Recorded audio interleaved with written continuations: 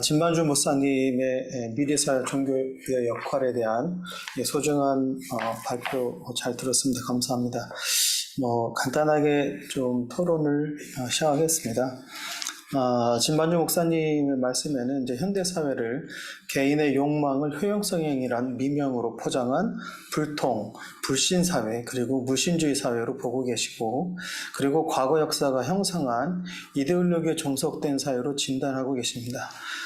그리고 어떤 대안으로서 공존과 상생, 평화를 미래사회의 가치로 제안하시고 사회적 진리와 공동체성 회복을 위한 종교의 역할을 강조하고 계십니다. 이런 내용들은 그 21세기 미래를 내다보고 있는 종교인뿐만 아니라 미래를 고민하는 세계 많은 지성들의 고민과 맥락을 같이 하고 있다고 보고 있습니다. 제레미 레프킨은 20세기를 그 화석연료에 기초한 산업혁명의 시대를 2차 산업혁명이라고 보고 있고요. 다음에 다가오는 미래는 재생에너지, 또 친환경의 제3차 산업혁명의 시대를 준비하자 이렇게 이야기를 하고 있습니다. 진만주 목사님은 이런 제레미 레프킨이 분석한 것과 맥락을 같이 해서 이런 막대한 성장, 생산의 결과 이런 것들이 양극화의 결과 또 어떤 사회 균열과 이런 위계화되어 있는 질서, 이런 것의 기본은 효용성이라고 하는 내용으로서 지금 이 효용성이 하나의 이제 절대적 진리와 가치가 되어져 있는 이런 사회라는 부분에 있어서의 맥락을 좀 같이 하고 있다 볼 수 있겠습니다. 우리 목사님의 발표를 조금 더 따라 들어가 보면서 어떤 대안의 지점까지 좀 살펴보겠습니다. 먼저 불통과 불신 사회에 대한 부분인데요. 이 소통이라고 하는 것은 사실 복종과 종속이 강요되고 지배하는 사회, 또 상하 이렇게 위계적이고 계급화되어 있는 구조에서는 소통이라고 하는 것은 존재할 수 없죠. 왜냐하면 명령과 그것에 따른 복종만 존재하기 때문에 그렇습니다. 그래서 소통 자체가 존재하기 위해서는 대등한 관계, 존중하는 관계에서만 가능한 것이지요. 그래서 종교, 어떤 기독교든 불교든 그 어떤 종교를 넘어서 종교가 보여주는 것은 인류 역사에서 관용과 포용이라고 할 수 있을 텐데요.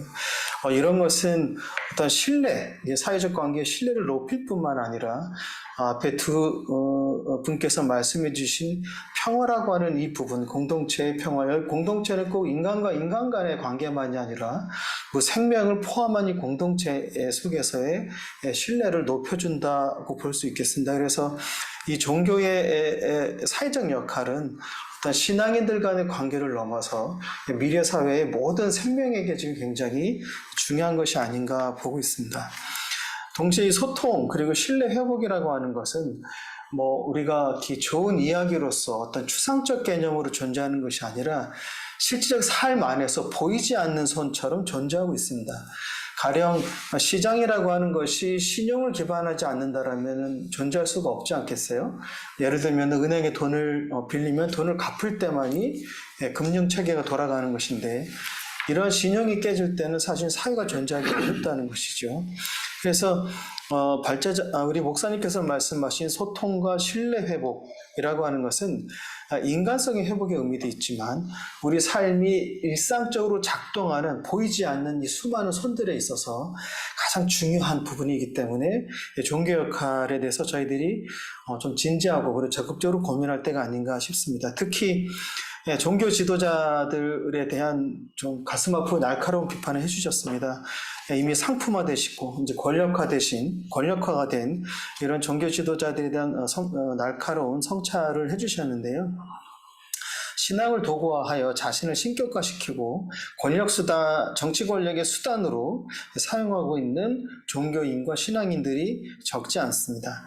물신주의와 권력의 수단으로 전락한 일부 종교의 공간은 계급과 위계적 공간이 되어 명령과 복종이 신앙의 척도가 되고 일부 종교 지도자들의 종교 사유화는 사회 불통과 민주주의에 대한 위협으로 나타나고 있습니다.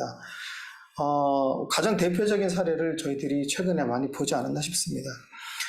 이런 욕망과 권력으로의 종교가 더 심각한 것은 사랑과 평화의 종교를 훼손하고 있다는 점입니다. 일부 몰지각한 종교인들이 자기 욕망과 권력력의 수단으로 종교를 이용함으로 해서 종교의 빛이 가려지고 있습니다.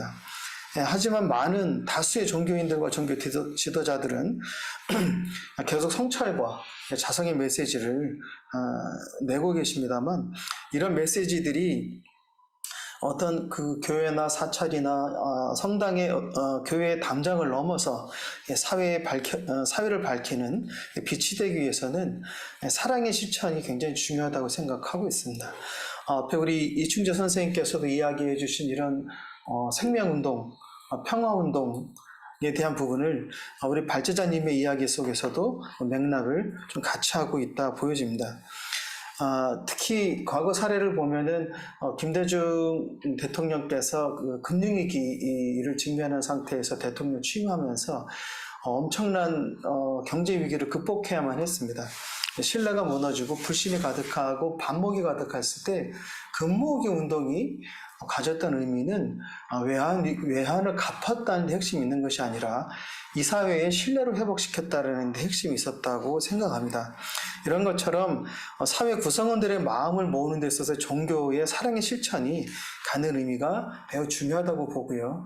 특히 현재 경제적 위기가 심각한 상황에서 이런 종교의 적극적인 사랑의 실천은 사회 전반에 있어서의 소비를 진작시키고 기업이 활동하기 좋아지게 되는 그런 상황에 가장 중요한 보이지 않는 손으로 작용을 할 수 있기 때문에 종교가 보다 사회에 참여하는 이런 부분에 있어서의 어떤 생각의 확장이랄까요? 이런 부분들이 좀 필요하지 않겠는가 싶습니다. 그리고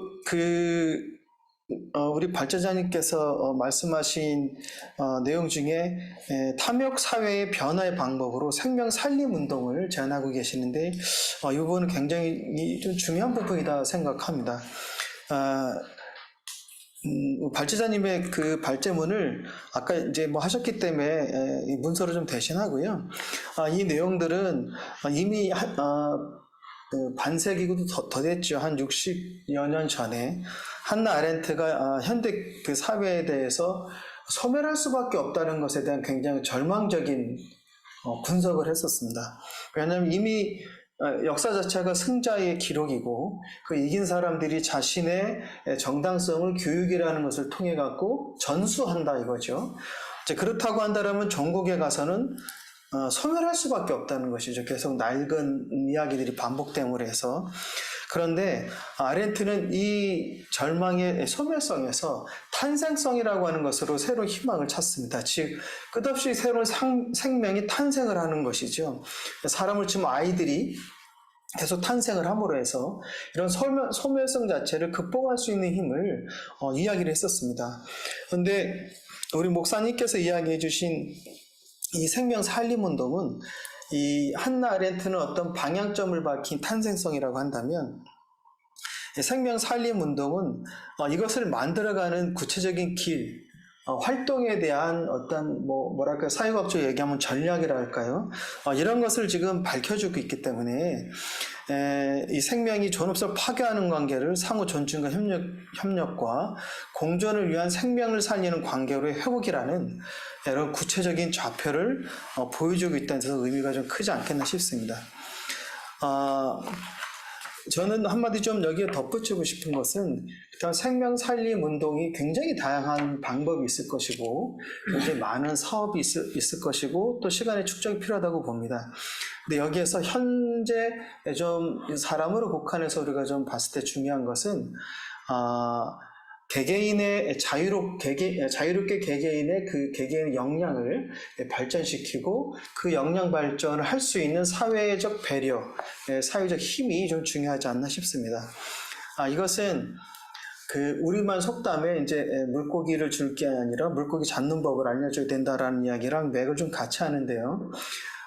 인도 출신의 노벨 경제학상을 받은 아르미타 센이 획득권한 그러니까 가난과 빈곤이라는 책을 ILO의 연구 용역을 받아서 출간을 한 지가 벌써 한 40한 2, 3년이 지난 것 같네요.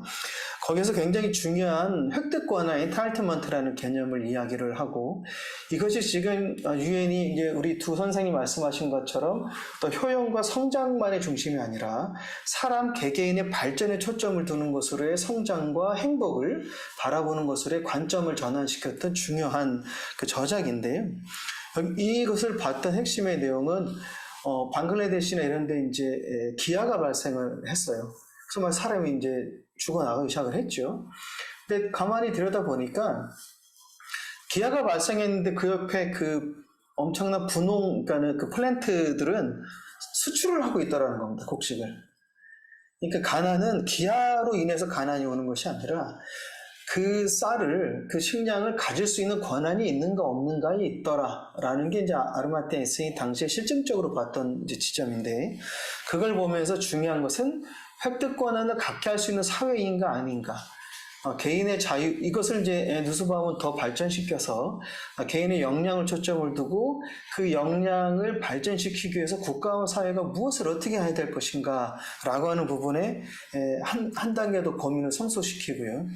이것이 지금 독일이라든가 이런 북유럽에서는 예전에는 이제 능력주의라나 이런 측면에서의 이제 그 기준을 바라본 지점도 있고, 특히 미국은 여전히 그러고 있습니다.